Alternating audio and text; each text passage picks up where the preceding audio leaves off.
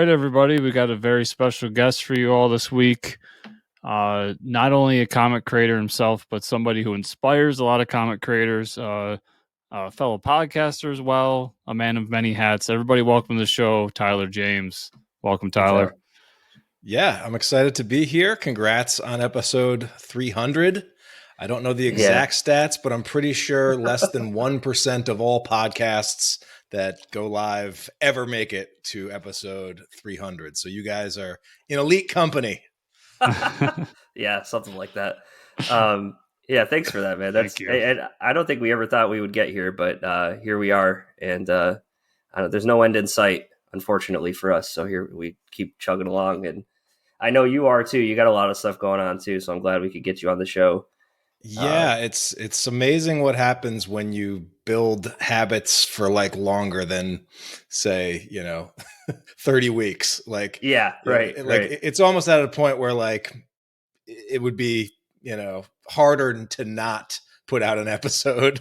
Yeah, exactly. It's like I wouldn't break the streak. If we take like a week or two off, we kind of sit around on Sunday, and I'm like, what do I do? I have nothing like keeping me in line to record. Like usually I'm waiting around to record all day. Like, what the hell? So like the holidays, we bank a bunch of episodes, and then so we can take off. And I still got to do all the post-production stuff, but I get it done. Then it's just like click button, upload. And I'm like, what am I doing with my Sunday?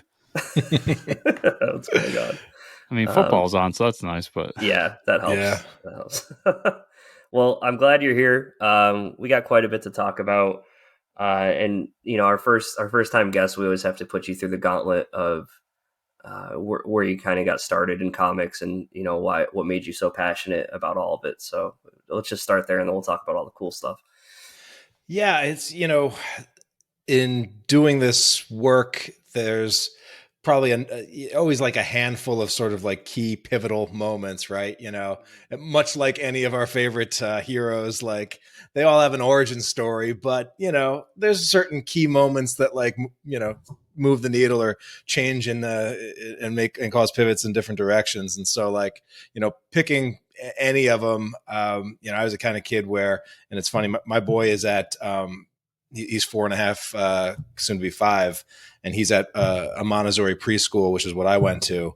And my mom would tell me that every day I would come home from preschool with a Batman utility belt that I would have sort of crafted together from all sorts of different things. And I was sure at the time I was sure it all worked and everything. For sure. And she remembers like having a conversation with my stepdad, like, Mike, what are we going to do when he realizes he can't actually be a superhero when he grows up? And turns out the answer was, well, all you got to do is make comics, and that'll scratch all those issues, all that itch. Yeah.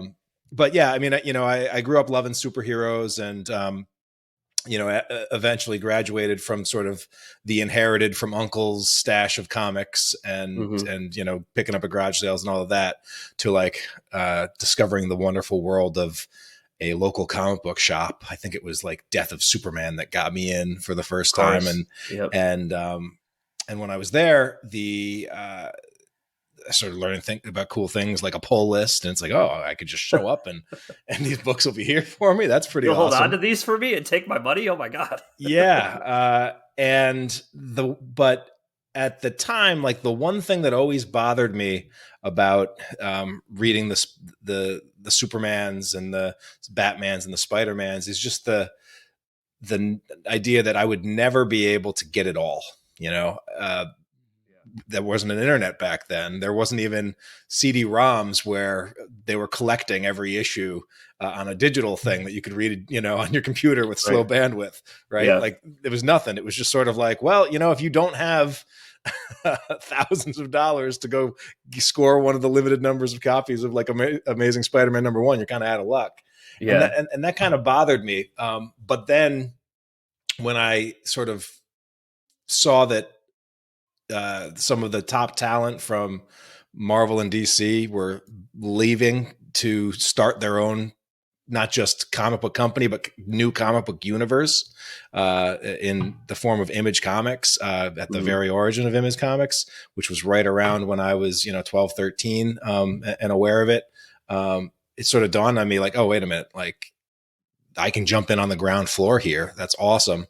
And it also made the connection to me that like these things like superheroes or characters that seemed like they were just, things that always existed, like the Statue of Liberty or Mount Rushmore or, the moon. Like, no, these things were actually created by people, in many cases, people that weren't all that much older than me. And it wasn't shortly after, like, I was reading those books, jumping in, like loving it all. And then sort of realizing, wait a minute, I could make this stuff too. And these guys aren't that much older than me that are making this. And why not? And that's when I started like paying a lot of attention to like the people that were making the books, and was also just kind of really interested in making them on my own. So, once when I was in high school, I was just like, that's what that was my thing. I had a drawing table in my room and crank on pages, and put out, a fair amount of output then. And so that's really when I got started, and then sort of came back into it, in my mid-20s, at sort of another sort of level and another level of seriousness. And so I've been kind of making comics since pretty consistently since about 26, and publishing them under the ComixTribe imprint since 2011. So that's awesome. And yeah, it's been a roller coaster. Man, you could just take over for me, just segueing us nicely into ComixTribe, because that's where I want to go next. So, yeah, you said publishing, and I know ComixTribe is the stuff you got published is, I'd say, different than what you typically see from like the big two, which is always, I think, in my opinion, good, because you'll take a little more risks than some of these other companies, right? You talked about people making Image and doing their own thing, and I think that's why indie comics are so cool. So, yeah, give us the rundown on ComixTribe and like how that came about. Yeah, so ComixTribe was sort of it came apart in a couple of different fashions. One, I sort of hit a point where, after, for my first, like, say 27 or 8 years of being on this planet, about at least half of them I was making comics, and I was doing everything 100% myself.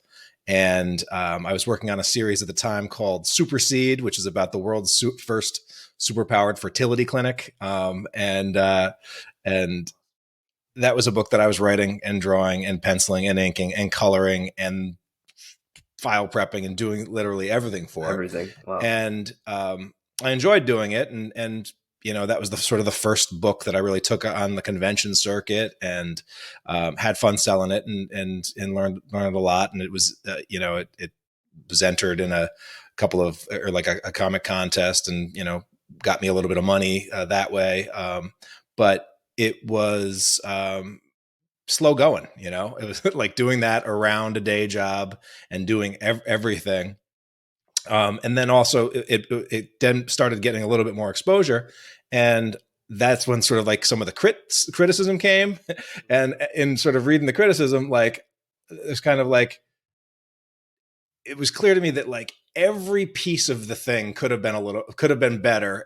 And my question at the time was like, well, in the time I have to spend devoted to my creative effort, do I like, how long would it take me to get all of those areas of my skill set up to par, such that I could have a comic book that could stand on the shelves next to the best stuff that Image was putting out or Marvel was putting out and everything? Because that's where I wanted to play. I wanted, at the time I was like, I wanted my books on the shelves, and I wanted, like that. And so I sort of made the decision, what, like, I actually, I had this, and then I had a dozen other ideas that are kicking around. And I'm like, what would happen if I sort of, instead of just tried to do the DIY, do it all myself thing, what would happen if I started putting together some projects and work with other creators, and tried to see if, I could focus on some of the things that I thought I did particularly well, and then pull in artists that would have like the right style for a different kind of book, and things like that. And so when I started doing that, I started realizing that, like, I was publishing under, for lack of a better imprint, Tyler James Comics, right? But I decided that, I did, if I was going to be publishing work that's collaborative with other people, like I didn't want it just to be under my name. And then I was also working with an editor at the time who had been putting out some really good resources that had helped me elevate from a writing perspective and just a craft perspective. And nothing like getting an editor to tear your scripts to shreds only to then Right. help you build them up to sort of make you realize, oh, okay, I'm not as good at this thing as I'm not quite as good as I think I am right yet, but also, doing another round of revisions, getting intelligent outside eyes on a thing can make that thing actually really, really better. And that's a process to build into it. And so that person was a gentleman by the name of Stephen Forbes, who super talented editor. And so we sort of combined forces to create the ComixTribe website, where we were each going to write a couple of articles for the website. And with the focus of the website is ComixTribe.com would help comic creators create better comics. And we were going to sort of we were going to use that as a website with resources. And we're also going to use that as sort of a launching pad imprint name for some comic books that we would publish. And so I had a couple of titles that I was working on. Stephen had a couple of projects that he was working on. And then Stephen also had a number of editing clients that some of them had some good stuff that didn't have homes. And one of Stephen's editing clients was a guy by the name of John Lees. And Stephen was editing his very first comic book script, which was a superhero project called The Standard. And it was, he was working with an artist that we thought was really good named Jonathan Rector, and ended up saying, you know what, let's maybe this could be a ComixTribe book too. And so and then we also partnered up with Joel Mulvey, who saw some of what we were doing with some of our like the first couple of books that we put out, and he was interested because that book his first book didn't have a home, which was a book called Scam. And so we ultimately got the ball rolling with sort of 3 superhero high concept twisty titles. One that was written by me and drawn by Cesar Feliciano, one by John Lees and John Rector. Red 10, right? That was the Red 10, yeah. I remember that popping up in Free Comic Book Day, and that was a few years ago now. Book. Yeah, and that was definitely an exciting experience to get that book in Free Comic Book Day. I think issue 1 through the direct market, like we were happy to get like 2,000 copies sold, and then that issue 0, 40,000 copies, like just give it, and we could give them away, right. And so that was really that was fun to be a part of that event, and helped put us even further on the map. We started out with sort of 3 high concept superhero books. Haven't done a superhero book. We added one more, which was Epic, that myself with myself, Matt Zollman and Fico Osio, and that came out for a number of issues. But then we haven't really done a superhero book since, because as it turned out, we found that we just had a lot more success in the other sort of genres that Marvel and DC don't quite have as locked down. Yep. So it's been an evolution, and it's fun because like the ComixTribe books that we put out, we've probably put over about 20 titles or individual books or titles between when we got started and now. But I don't know that there's a specific like direct connection to like all of the titles, but the feedback that we get a lot from our fans is just like, you know what, just if it's ComixTribe, it gets backed. Like you guys just put out a good quality title. And so we've been able to, in recent years, take chances on some, interesting stuff that isn't necessarily like a ComixTribe book, but like usually it's a creator that we've had success working with in the past, or that we like working with the past, or just a vibe that we think our fan base will show up for. So it's been fun. And one of those big genres that you've been successful in is probably horror. Is that correct?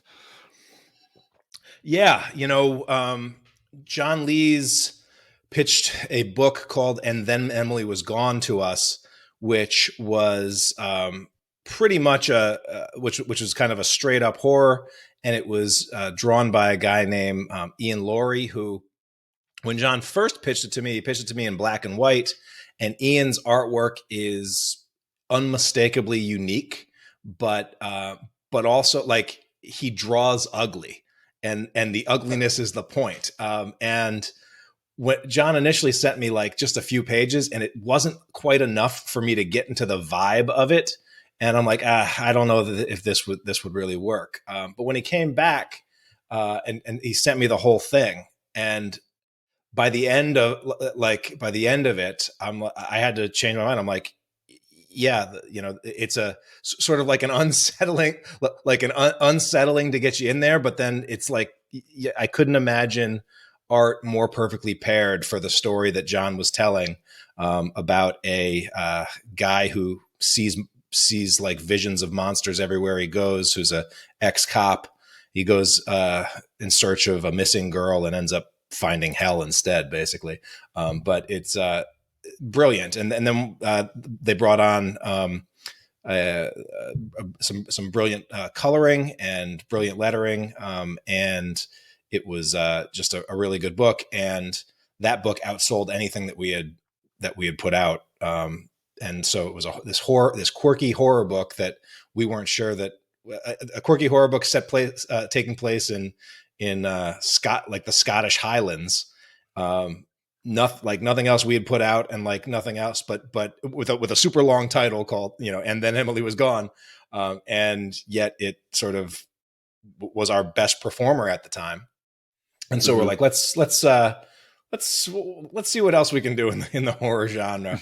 The book Oxymoron: The Loveliest Nightmare, which was a spinoff, kind of like a pseudo spinoff from the Red 10, but also was co-written by myself and John Lees, and that also did pretty well for us. And then John's Sync sort of just absolutely blew up, and that's been ComixTribe's most successful title to date, and one that will also probably end up being our longest running series, as I've read well into the 4th volume, and the next issue of Sync will be out early 2023. So we're excited about that. That's sort of the next thing in the hopper. Yeah, that's awesome. And I came across you guys again with A Fistful of Pain. Yeah. Because that was a book that I was like super hyped about. I remember talking to Chris about it, I don't know, maybe a month or two ago. And when I went back looking through ComixTribe stuff, I'm like, wow, that was a ComixTribe book. And I had not even realized it. And that's a completely another genre for you, Kung Fu sci-fi, right? Yeah. And so like the connective tissue of that is more on the creative side. Ryan K. Lindsay is a writer who, I'm not sure if you've had him on the show yet. He's an Australian writer. At this point, he's been, I think he's published with just about every publisher out there. He was also one of the people selected to do that DC writer's workshop with Scott Snyder. Just is known for doing these like big, high concept genre storytelling, but they all have pack like an emotional punch and an emotional heart to it. And he's also like exceptionally great at creating these huge worlds, but getting in and getting out, and not having it have to be a massive 12-issue miniseries or anything. Like, he can do he can establish like a massive world and tell a poignant story in that, and not have to drag it out. And so A Fistful of Pain was a project that he and one of his sort of best mates and table buddies on the Australian convention scene is an artist by the name of Louis Joyce. And he and Louis had been sort of tinkering with this for almost a decade. And they just sort of, projects that Louis was working with around freelance and other stuff. And that Ryan was sort of, Ryan's writing style like can go between, he can be very sort of prescriptive, or he can sort of be very loose and sort of roll back and forth with his creative team. And so like when they brought, or when Ryan sort of brought the book up to me, it was shortly after we had success making like a really cool oversized graphic novella with an awesome hardcover, die cut hardcover for a book called She at the Tower of All That Is Known that Ryan did with Chris Panda. And so, you know, I'd work with Ryan on that book. Prior to that, we had done a mini series called Chum with Ryan and Sammy Cavella. And so that was out in the direct market. And then I also sort of gave Ryan his very first paycheck in comics for a short story that he did in the Oxymoron anthology, which was the sort of original Kickstarter that started my ball rolling on Kickstarter in the very first place. And so Ryan's just somebody that I'm always open to hear pitches from. And so about a year and a half ago, he brought A Fistful of Pain to me. And like, I liked the pitch. I kind of like what he had, but when he gave me the script, it was, I think, clocking in at like a little under 40 pages. And so it was sort of in this like tweener of a little bit bigger than a standard issue. But one thing Ryan does as a writer that I've noticed is like, he like has these big worlds and then he cuts absolutely to the bone. And one of the things that I'm like is, you know, Ryan, you are smarter than me. Like, flesh this out for me a little bit more. There's a lot to be said for leaving stuff off the page and in the reader's imagination. But at the same time, when you have like a stud of an artist like Louis Joyce, let's leave some room on the page to let this thing breathe a little bit. And so Ryan took those notes and came back with another draft that was, closer to, I think, 64 pages or thereabouts. And I'm like, yeah, this is going to hit. This is going to hit all the marks. And then so they just went to town with it. And then my job kind of been, you know, just doing some editing work on the book, reviewing the scripts and stuff, but then also thinking about, okay, these guys are doing their A game on the story and the material.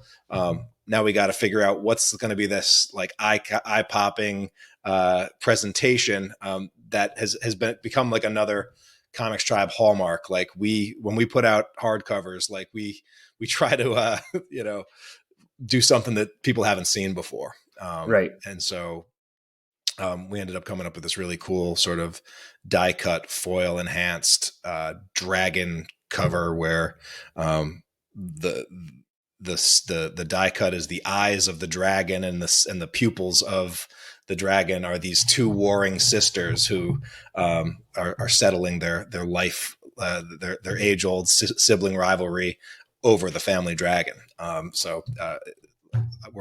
still waiting to see pics on the finished version of the book. They should be coming in any day now. We'll be getting these out to Kickstarter backers early this year. But that was another one that was an awesome project to work on with those guys. Yeah, it was definitely not something like I've seen before, and that's what caught my attention too, was how you guys did the cover. I thought that was sick, the hardcover. Yeah, you know, people do judge books by their covers all the time, so yeah, they're pretty darn important. Yep. I think first of all, I want to say, very impressively remembering everybody's name, because I can barely remember Mike's name. Yeah, that's great. I love it because that plugs everybody. You know, get their names out there so our listeners can figure them out too. I think that's awesome. Yeah, I mean, my memory is definitely not as sharp, and I joke like in town we have a lot, like there's a lot of kids in the neighborhood, there's a lot of dogs in the neighborhood. And I often joke, like, I remember dogs' names. I got a photographic memory for other people's dogs' names. Kids, I'm a little bit, I'm okay at. Parents, other parents, I can never remember. But creative teams, it definitely helps that, like, I build a lot of the Kickstarter pages that we end up launching. And so I end up, like, typing people's names that helps. In promotional emails and other things. So I'm sure that definitely helps. But sometimes when, you know, I can occasionally forget someone that's worked on a book, and I apologize for that. But yeah, I think I was having trouble pulling Megan Wilson's name from the great coloring job that she did on And Then Emily Was Gone. So I'll make up for that, Megan. Cheers to you. So you kind of touched on it when you were talking about that, but that moment when you discovered Kickstarter and you saw this as a path forward, like what did that do for you personally, both in comics, and then we can jump into comics launch a little bit later on, but how did that kind of change your path when you discovered Kickstarter and saw that this was viable for comics? Because you were one of the first to do it. Am I correct in that? I wasn't. I wasn't one of the first to do it. I think I was, but in hindsight, I was a little bit ahead of the curve. When I was watching what was going on Kickstarter. And at the time, I was sort of working on a web comic that I knew wasn't going to be a big thing. It was kind of more of a personal project that I had to, I think everybody has a project that they do to get over a bad relationship, and this was mine. It was a web comic, so I'm working on that. But as I'm working on that, I'm noticing this Kickstarter thing sort of come about, and I was backing a few projects here and there when they looked interesting, or if they were friends or people that I had met, and I think the first 4 projects that I backed failed miserably. But, there was a lot of is this why would people do this? The book's not even done. How are you going to, it didn't really make too much sense when I at first, as a lot of people, and then also just some thoughts about why would you do it on Kickstarter? There were other webcomic people that were doing something similar where they were putting PayPal buttons on their websites. And so there was a lot of things that are all silly arguments now when we look back at them. But I was a little bit of skeptical, but then from a couple projects I backed started getting funded, and some were getting funded really well. And then there was a couple projects that I'm like, wow, this person knocked this project out of the park. They turned it into an event. It felt like it had stakes. They were everywhere. People were talking about it. And it just crazy to me, seeing how, the backers just kept coming, the momentum kept coming, and it kept going up and up. And I'm like, there is something to this. And so I was reading everything I could. At this time, there were probably at that time you could read all of the articles on the internet by people that had done comic book Kickstarters, because there were about 5 of them about people saying what worked and what didn't. And even then, but I was listening to podcasts in the gaming space, because that took off a little bit earlier than comics did. Mm-hmm. And but yeah, I'm this could definitely work. But at the time, I was suffering from another Kickstarter myth. At the time, was that, well, clearly this couldn't be something that a creator could do again and again and again. It's more like a grant that you get to go to college, right? You get that grant, but that grant just doesn't keep coming every single year. And then after you leave college, right? It's a Kickstarter, right? It's just something to do. So I didn't want to waste my sort of one shot at a Kickstarter on a small project. I wanted to waste it on something that I could really, go to town with, maybe raise a decent amount of funding, and something that would just help sort of level up ComixTribe as a whole. And so that's sort of where I got the idea of doing an anthology project and making it a spin-off project of the Red 10, which was sort of at the time our most popular series, most known series, because it was one of only a couple series that we had any even out there. And so it just seemed like a smart project to do it. But then also I was confident, I could get a few $1,000s probably raised from my own network. But the idea of launching with a anthology project that involved about 20 other creators who were all sort of people that I met on the scene, or writers that I work with, or people that were, I was interacting with online. And so the idea of doing that and having, pulling in them and their potential audiences, like I felt like that would give us the best shot of doing well with it. And so, yeah, in 2012, we launched the Oxymoron Anthology, put an $8,500 goal on it. And a month later, it had raised $26,000 right off the bat for our first Kickstarter, 450 backers. And I had basically done every trick that I had learned from all of that studying during that campaign. And there hadn't been a lot of Kickstarter projects that sort of went into that really played the Kickstarter game at a super high level at that point. And so we got some good coverage on Bleeding Cool did an article just saying this was a really great campaign, and that ended up feeding more funding and everything. And so yeah, that $26,000 that I had raised during that campaign was more than I had made my entire life in terms of revenue doing comics combined. And I had been doing conventions for several years before then, and even had some a book out in the through in retail and doing other stuff, and we were making some online sales, but just blew that past, and that was wow, when that money really actually hit the bank account, it's that's I in fact I don't think I didn't have a business bank account before Kickstarter, and I'm like, oh crap, I need a business bank account. So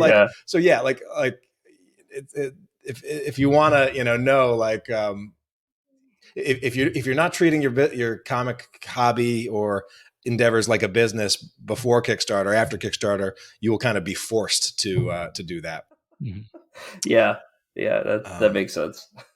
But the thing that was cool and eye opening is that after we did it and delivered the books and got great feedback from it, we started saying, hey, when's the next one? We'll be back for the next one, things like that. And it's oh, wait a minute, this isn't just a one-time thing. As long as you treat your backers right, don't poison the well or whatever, this is a renewable resource.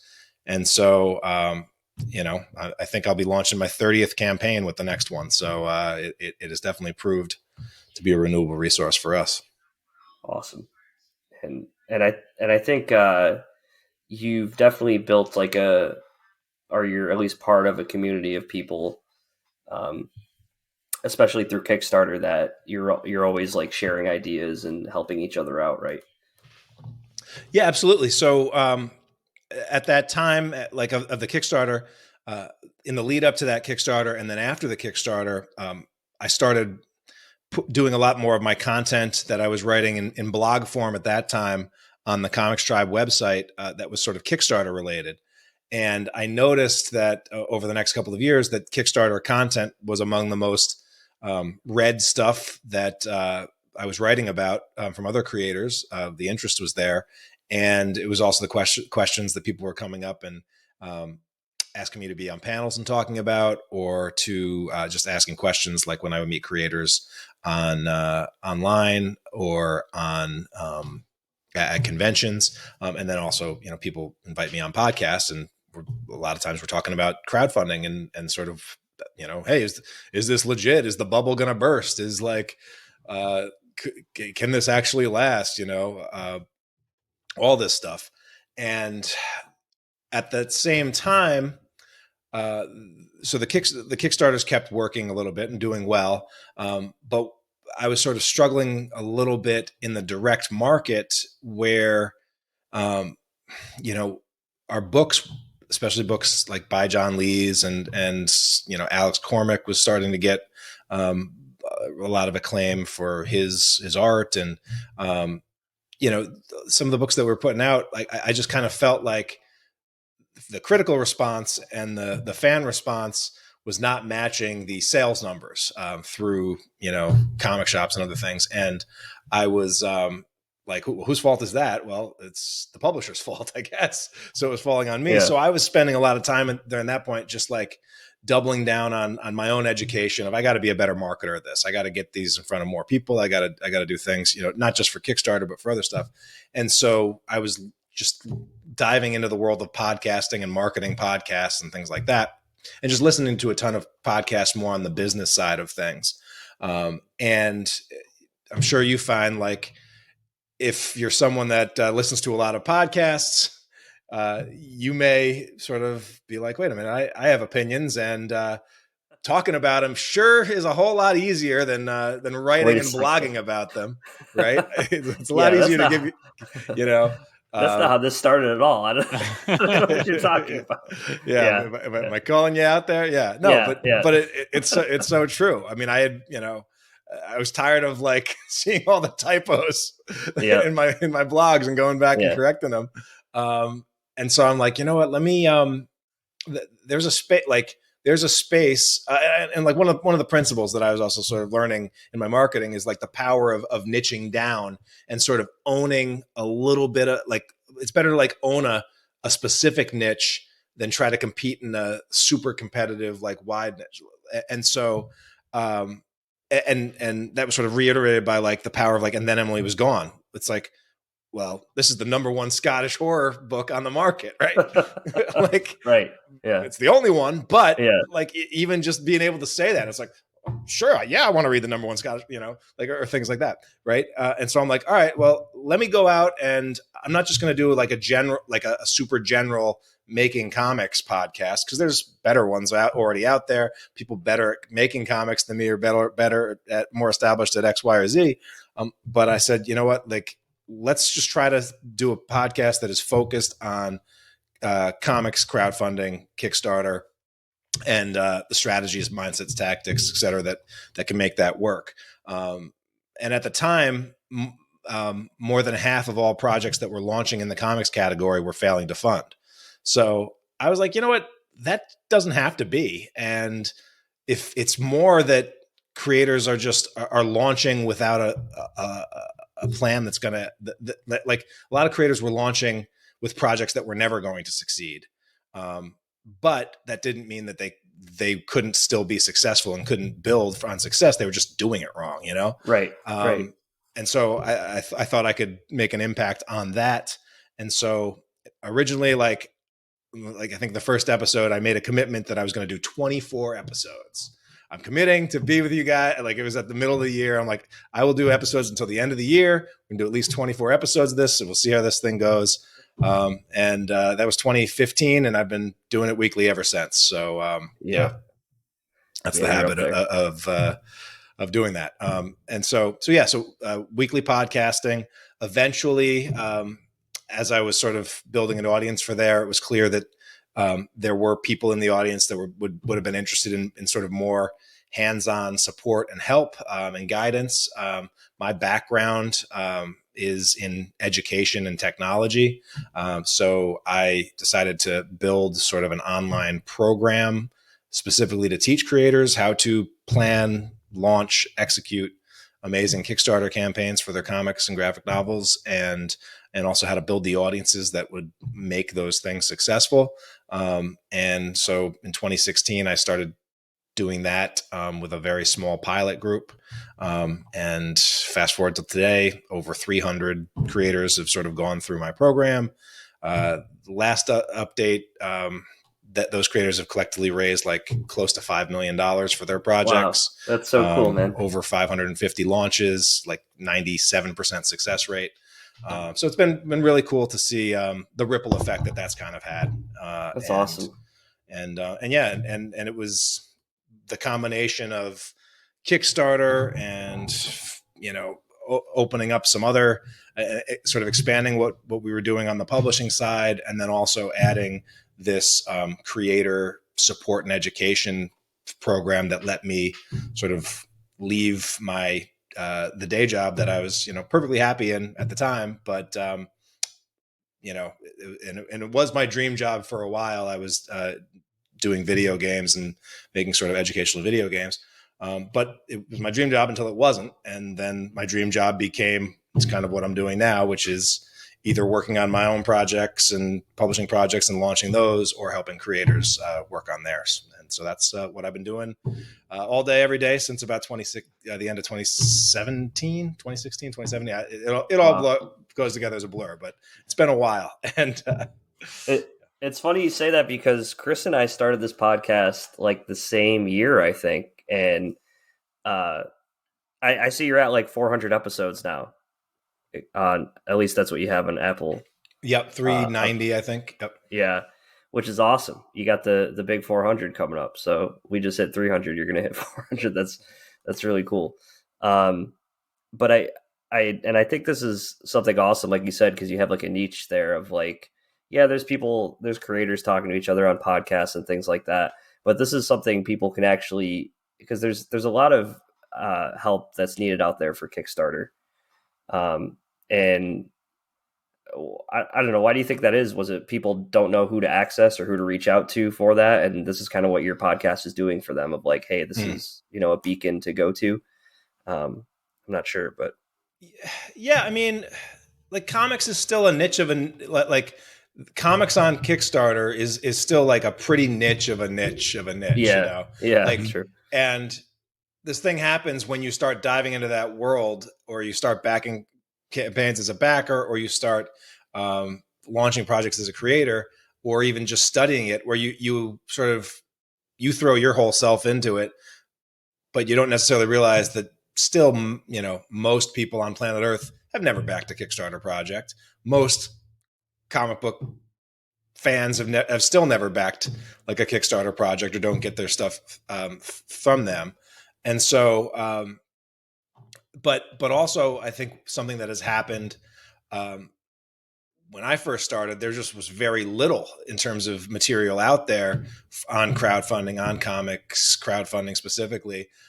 Now, if you Google it, like, there's so much, and they're sort of overwhelmed. And so, I guess the benefit of getting into the space when I did, and then also staying there, is people can jump on to the ComixLaunch podcast and see, it's all here. Like, I can, I can start from the beginning. And I have had people like meet me at conventions, or send me emails. They're like, yeah, I've been binging you. I started at the beginning. I'm almost I'm almost caught up. And I'm God. Like, it's funny, because I'm like, I guarantee you've heard more of my voice than you probably have, like, your wife or your kids. Yeah, when you get into that. But yeah. I've done that too. I do a lot of dog walking and a lot of dishes in my house, and exactly. You throw the podcast in, throw it on 1.5 speed, and you can sort of get an education there. So yeah, that definitely I think helped. But there's so much that goes into a crowdfunding launch, and it does feel like this big high stakes event that there's a lot of fear there. Fear is kind of the biggest thing holding creators back from launching, and that fear of failure, and on a platform like Kickstarter, it's not even just failure; it's like public failure, right? It's going to be, you're launching, and it's going to be there, and it's going to live there for forever. Everybody sees it.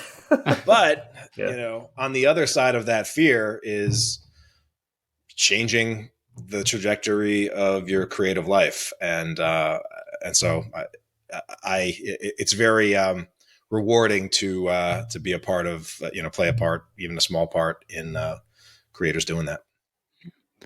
Yeah, and I'll say I don't listen to a whole lot of comics podcast stuff, but for what I do for a living, I listen to a lot of podcasts. And to everyone out there, the ComixLaunch podcast, I'm not even saying this because you're here. This is one of these surreal moments where we've interviewed somebody that's been a part of one of our, or both of our lives for years, and you're one of them because you're in my ear every week, and I listen to the show. So I got to recommend it to everybody out there. It's a great resource, even if you're not a creator per se. I really do enjoy your interviews as well. Just talking, if you're nerdy about industry stuff, it's a really great show to jump into. Thank you. I appreciate that. And it's nice. It's definitely nice to hear that. It's a show that, like,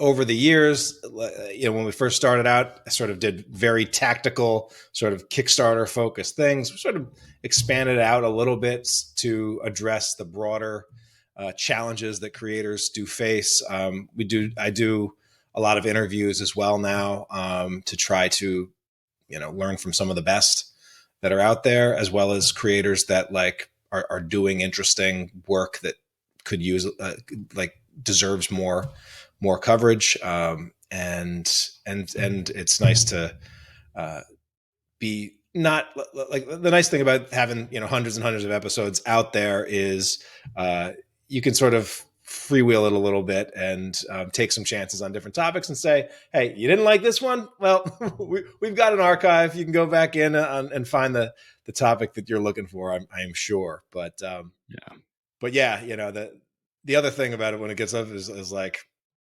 sometimes I will start like working on a show or an idea. And I'm like, did I already do this? And, like, don't I already have these 5 tips or these things? I'm like, oh yes, I do. Let me let's update them. Yeah. I think something to that is like, when you start the podcast and now hundreds of episodes later, it almost like starts molding itself into your like comfort zone, or like where you find it fitting the best when you bring creators on. And I mean, Chris and I never had like a method for this, and I'm sure you didn't at first either, but it kind of just, you're like, okay, these are the things people typically want to talk about. This is what people want to hear. And this is like the comfort zone for everybody, where you start to like hit your stride. And it takes like, I would say at least 100 episodes to get to that point. But yeah. I definitely don't think I'm a great interviewer at this point. And there are things like, I wish I could do more research about my guests before I pull them on, but what ends up happening in most cases is in a lot of cases, the guests are people that I've discovered through the ComixLaunch Pro community, or people that I've just been have a little bit more intimate knowledge on their projects and the cool stuff that they're doing, because I've helped them with that, or they're showing up to coaching sessions or asking really good questions. So that makes it a little bit easier. But and the other nice thing about it is it in a lot of ways that community can help keep my finger on the pulse of like updates or changes, or have you tried this, or and they sort of tell me what topics they want me to cover. So there's my built-in focus group right there. Yep. And I'll say the reason you came on my radar, I bought Red 10 like years ago at a con, and it was, read it and loved it and all that. But then when you really became on my radar as a personality, was we started doing the show. And for anyone that's going out starting a show like this, the first thing we did was went on Kickstarter and started talking to these indie creators. Like, hey, do you want to do an interview? And that's how we made connections and all that. And what I found out after a while from getting to know a lot of these people was I would gather to guess at least 80 to 90% of them are from ComixLaunch Pro. It's kind of funny. Yeah, there was a pattern. It was, because they were the ones that stood out, and they were the ones that were most successful. So then I learned about ComixLaunch Pro and started listening to podcasts and everything. So what I've heard from all of them is like, not only what a great resource it is, but one of the best resources that came from it is the fact that you've built a community of creators who all stick together. And when I watch them, you can see them all sticking together. And if you really pay attention on things like Facebook or Twitter, when you're following creators you like on Kickstarter, the same people are kind of in there helping each other out, having each other's backs. And it's one of the great things that was built there. Now, was that like always something that you wanted to put into there, or that kind of a happy accident that happened because of this thing you created? Yeah, it's probably one of the things I'm most proud of, but also I don't know that, like, I don't want to like feign humility or humbleness here, because one thing that I think did come from me was with the podcast was sort of like the vibe and the lines in which like I operate in, right? Like there are a lot of people that make a lot of money on the internet being extremely polarizing. And Yeah. and throwing a lot of punches, throwing a lot of shots, and picking fights, and doing and just that general nasty comics Twitter like stuff. Yep. And I really tried to not be about any of that.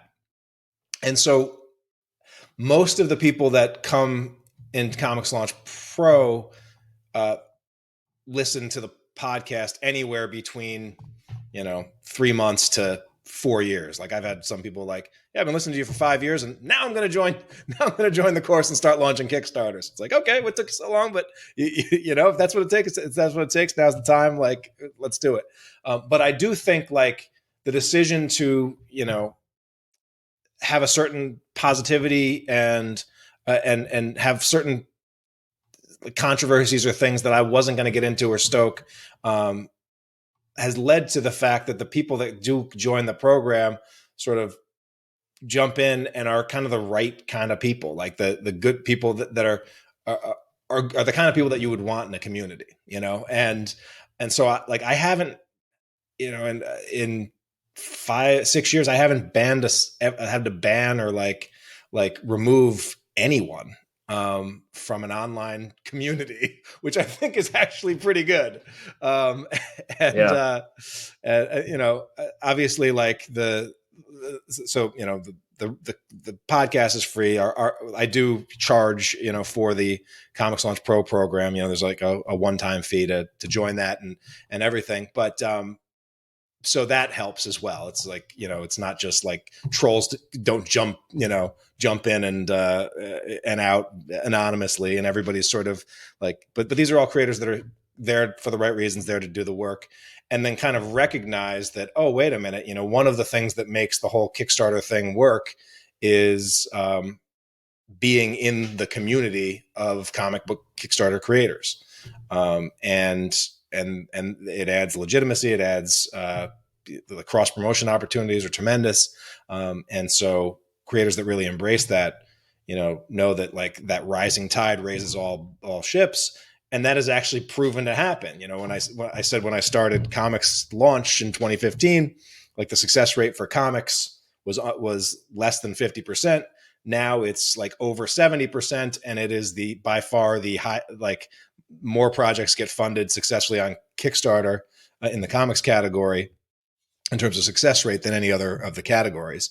I don't take the credit for that, but the comics Kickstarter community as a whole, I think, can take a lot of credit in that. So, yeah. So, I mean, we've taken up a ton of your time. So, I mean, we appreciate every second you've given us. I know you don't have a campaign going on right now because you're currently in fulfillment mode, but do you know what's coming up for Comics Tribe in 2023? What the future projects are? Yeah, the next 3 immediate projects are going to be.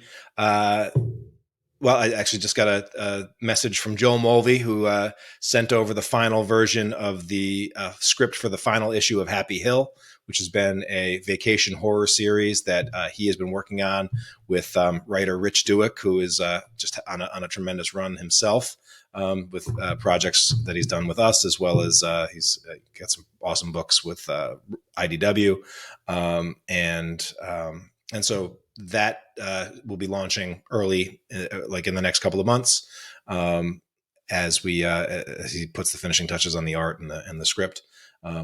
Sync is returning. That is the John Lee's Alex Cormack crime horror series set in a bizarre, twisted version of Glasgow, Scotland, which is John's hometown. And I'm really excited for that to come back, because up until this point, Sync has sort of been a series of like standalone one-shotty stories that all take place in a shared universe, in a shared locale. But John, as it will start to become clear in this next volume, that John has actually been weaving together since the very beginning an interconnected, sort of almost like Sandman-esque masterpiece where like all of these disparate stories are going to be coming together to weave like this one big master tale. And so this next volume is like a 5-part murder mystery, but also will incorporate some brand new iconic characters, including a 7-foot tall razor teeth, mouth-filled vampire named Iron Tooth Jack. And it'll also bring back Mr. Dig and all of the Blue Van Clowns and all of our people's favorite characters from the first couple of volumes of Sync. So Sync will be we'll be launching the Sync number 11, which is the next issue, but we hope to get the full 3rd volume out over the course of this next year. So that's a big thing. On the fulfillment side, A Fistful of Pain hardcovers will be going out very shortly as well. So we're excited to get those out to people. And then ComixTribe also has a children's book imprint called C is for Cthulhu. And this is one of the biggest things that we do. It turns out the children's book market for like horror themed children's book is actually pretty rad. Wow. And as a dad with young kids, like the toys and the plush toys and the children's board books is a great little market to be in. And so we'll be launching for the first time in a long time, or first time we'll be expanding our line of plush toys to include some of the other characters that were in our C is for Cthulhu alphabet board book. So we have a big launch with 3, maybe 4 new plush toys that we'll be launching within the next couple of months as well. So it should be a big, busy, packed first half of 2023 for us. Awesome. That's awesome. Yeah, it sounds it. And if people want to follow you further, and also throw in there too, if you have like an online store where people can catch old books or anything like that, where can we send people to check out all your work? Yeah, I mean, I would head over to shop.comixtribe.com to check out what we have for sale at our online shop. If you also go to comixtribe.com/subscribe, I believe you can get, we'll email you like 5 free comics so you can sort of sample our line. And then just for me, you can get me in your earbuds weekly if you subscribe to the ComixLaunch podcast, COMIX Launch podcast, anywhere you listen to podcasts.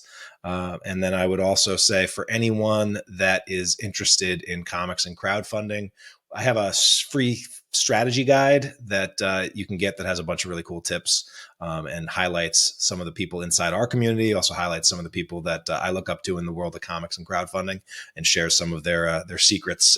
So you can go to comixlaunch.com/funded and get that free strategy guide. And hopefully that will help you.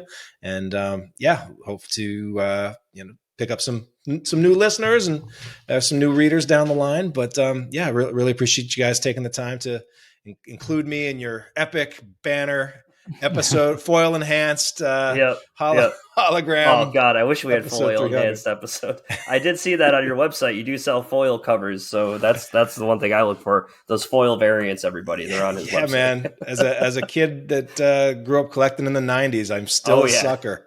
Oh yeah, I see that glimmer. Variants. I see that glint in my eye when I walk into a comic shop. Like I don't even care what it is, I'm buying it. Listen, everybody, if when we get to episode 400, I'll foil enhance Mike for you. Okay, that's perfect. What we'll do. That's what I want.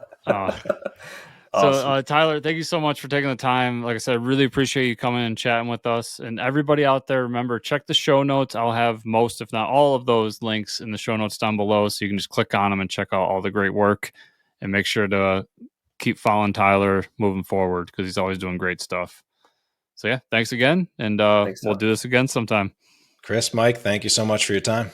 Thank you.